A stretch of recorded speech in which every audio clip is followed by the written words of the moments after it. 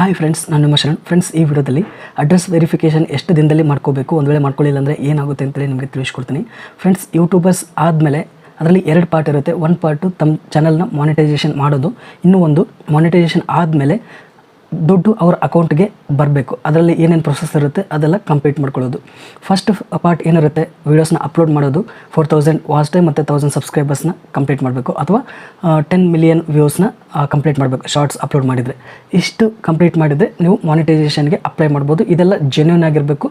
ಮತ್ತು ಅದರಲ್ಲಿ cooperate claims ಅದು ಇದು ಬಂದರೆ, ಏನಾದರೂ ಪ್ರಾಬ್ಲಮ್ ಆದರೆ ಆ ವಾಚ್ ಟೈಮ್ ಕನ್ಸಿಡರ್ ಆಗಲ್ಲ. ಅದನ್ನು ನೀವು ಗಮನ ಇಟ್ಕೊಂಡು ನೀವು 4000 ವಾಚ್ ಟೈಮ್ನ ಕಂಪ್ಲೀಟ್ ಮಾಡ್ಕೋಬೇಕು. ಫ್ರೆಂಡ್ಸ್, ಕಂಪ್ಲೀಟ್ ಆದಮೇಲೆ ನೆಕ್ಸ್ಟ್ ಈ ಪ್ರೊಸೆಸ್ ಬರುತ್ತೆ, 2ನೇ ಪಾರ್ಟ್. ಅದರಲ್ಲಿ ಏನೇನಿರುತ್ತೆ, US ಟ್ಯಾಕ್ಸ್ ಫಿಲ್ ಮಾಡೋದು, ಐಡೆಂಟಿಟಿ ವೆರಿಫಿಕೇಷನ್ ಕಂಪ್ಲೀಟ್ ಮಾಡೋದು, ಮತ್ತು ಅಡ್ರೆಸ್ ವೆರಿಫಿಕೇಷನ್ ಮಾಡ್ಕೊಳ್ಳೋದು, ಬ್ಯಾಂಕ್ ಡೀಟೇಲ್ಸ್ನ ಆ್ಯಡ್ ಮಾಡೋದು, ಇಷ್ಟೆಲ್ಲ ಇರುತ್ತೆ. ಅದರಲ್ಲಿ ಟೈಮ್ ಲಿಮಿಟ್ ಕೊಟ್ಟಿರ್ತಾರೆ ಫ್ರೆಂಡ್ಸ್, ಇಷ್ಟೇ ದಿನದಲ್ಲಿ ನೀವು ಮಾಡ್ಕೋಬೇಕು ಅಂತೇಳಿ. ಅದು ನೀವು ಮಾಡ್ಕೊಳ್ಳಿಲ್ಲ ಅಂತಂದರೆ ನಿಮ್ಮ ಚಾನಲ್ನಲ್ಲಿ ಮಾನಿಟೈಸೇಷನ್ ಆದಮೇಲೆ ಏನು ಆ್ಯಡ್ಸ್ ಬರ್ತಾ ಇರುತ್ತೆ ನಿಮ್ಮ ವೀಡಿಯೋಸ್ನಲ್ಲಿ, ಆ ಆ್ಯಡ್ಸ್ನ ಸ್ಟಾಪ್ ಮಾಡಿಬಿಡ್ತಾರೆ. ಇದರಲ್ಲಿ ಟೈಮ್ ಲಿಮಿಟ್ 2ಕ್ಕೆ ಇರುತ್ತೆ. US ಟ್ಯಾಕ್ಸ್ಗೆ ಇರಲ್ಲ, ಮತ್ತು ಬ್ಯಾಂಕ್ ಡೀಟೇಲ್ಸ್ನ ಆ್ಯಡ್ ಮಾಡೋದ್ರಲ್ಲಿ ಅದಕ್ಕಿಂತ ಟೈಮ್ ಲಿಮಿಟ್ ಇರೋಲ್ಲ. ಯಾವಾಗಾದರೂ ನೀವು ಆ್ಯಡ್ ಮಾಡ್ಬೋದು. ಆದರೆ ಟೈಮ್ ಲಿಮಿಟ್ ಇರೋದು ಐಡೆಂಟಿಟಿ ವೆರಿಫಿಕೇಷನ್ಗೆ 45 ಡೇಸ್ ಇದೆ.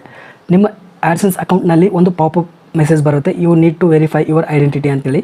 ಆ ಒಂದು ಪಾಪಪ್ ಮೆಸೇಜ್ ಯಾವಾಗ ಬರುತ್ತೆ ಆ್ಯಡ್ಸೆನ್ಸಲ್ಲಿ, ಆವತ್ತು ಡೇಟಿಂದ ಇಟ್ಕೊಂಡು 45 ಡೇಸಲ್ಲಿ ನೀವು ಐಡೆಂಟಿಟಿ ವೆರಿಫಿಕೇಷನ್ ಕಂಪ್ಲೀಟ್ ಮಾಡ್ಕೋಬೇಕು.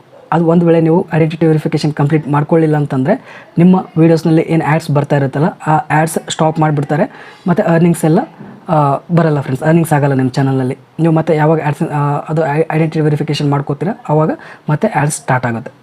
2ನೇದು, ಐಡೆಂಟಿಟಿ ವೆರಿಫಿಕೇಷನ್ ಕಂಪ್ಲೀಟ್ ಆಯಿತು ಅಂದ್ಕೊಂಡ್ರೆ 2ನೇದು ಇದು ಅಡ್ರೆಸ್ ವೆರಿಫೈ ಮಾಡ್ಕೋಬೇಕು. ಅಡ್ರೆಸ್ ವೆರಿಫೈ ಮಾಡ್ಕೋದು ಅಂತಂದರೆ ಲೆಟ್ರ್ ಬರುತ್ತೆ ನಿಮ್ಮ ಅಡ್ರೆಸ್ಗೆ. ಆ ಲೆಟ್ರ್ನಲ್ಲಿರೋ ಪಿನ್ನ ನೀವು ಆ್ಯಡ್ಸೆನ್ಸಲ್ಲಿ ಆ್ಯಡ್ ಮಾಡಿದರೆ ನಿಮಗೆ ಅಡ್ರೆಸ್ ವೆರಿಫೈ ಆಗುತ್ತೆ. ಇದಕ್ಕೂ ಕೂಡ ಟೈಮ್ ಲಿಮಿಟ್ ಇರುತ್ತೆ. ಟೈಮ್ ಲಿಮಿಟ್ ಎಷ್ಟಿದೆ ಅಂತಂದರೆ 4 ತಿಂಗಳಿದೆ ಫ್ರೆಂಡ್ಸ್. 4 ತಿಂಗಳಲ್ಲಿ ನೀವು ಈ ಅಡ್ರೆಸ್ ವೆರಿಫಿಕೇಷನ್ ಮಾಡ್ಕೋಬೇಕು ಫ್ರೆಂಡ್ಸ್. ಯಾವಾಗಿಂದ ಅಂತೇಳಿ ನಿಮಗೆ ಡೌಟ್ ಇರುತ್ತೆ.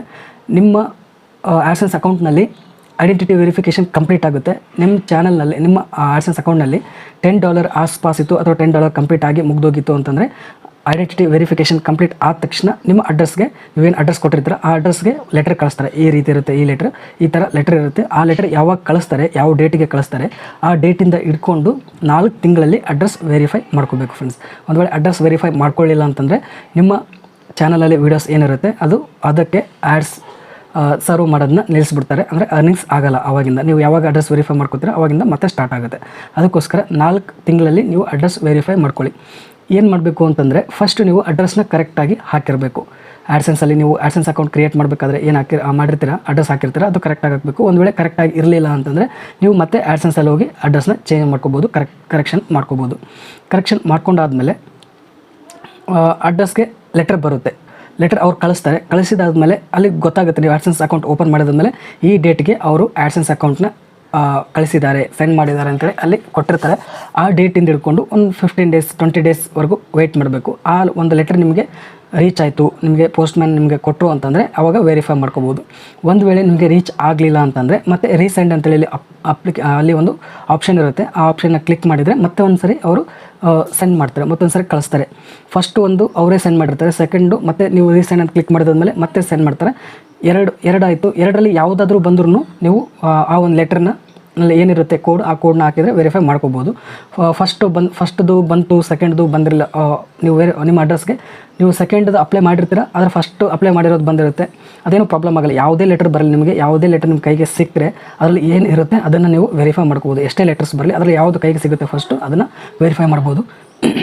ಅವರು 4 ಬಾರಿ ಕಳಿಸ್ತಾರೆ.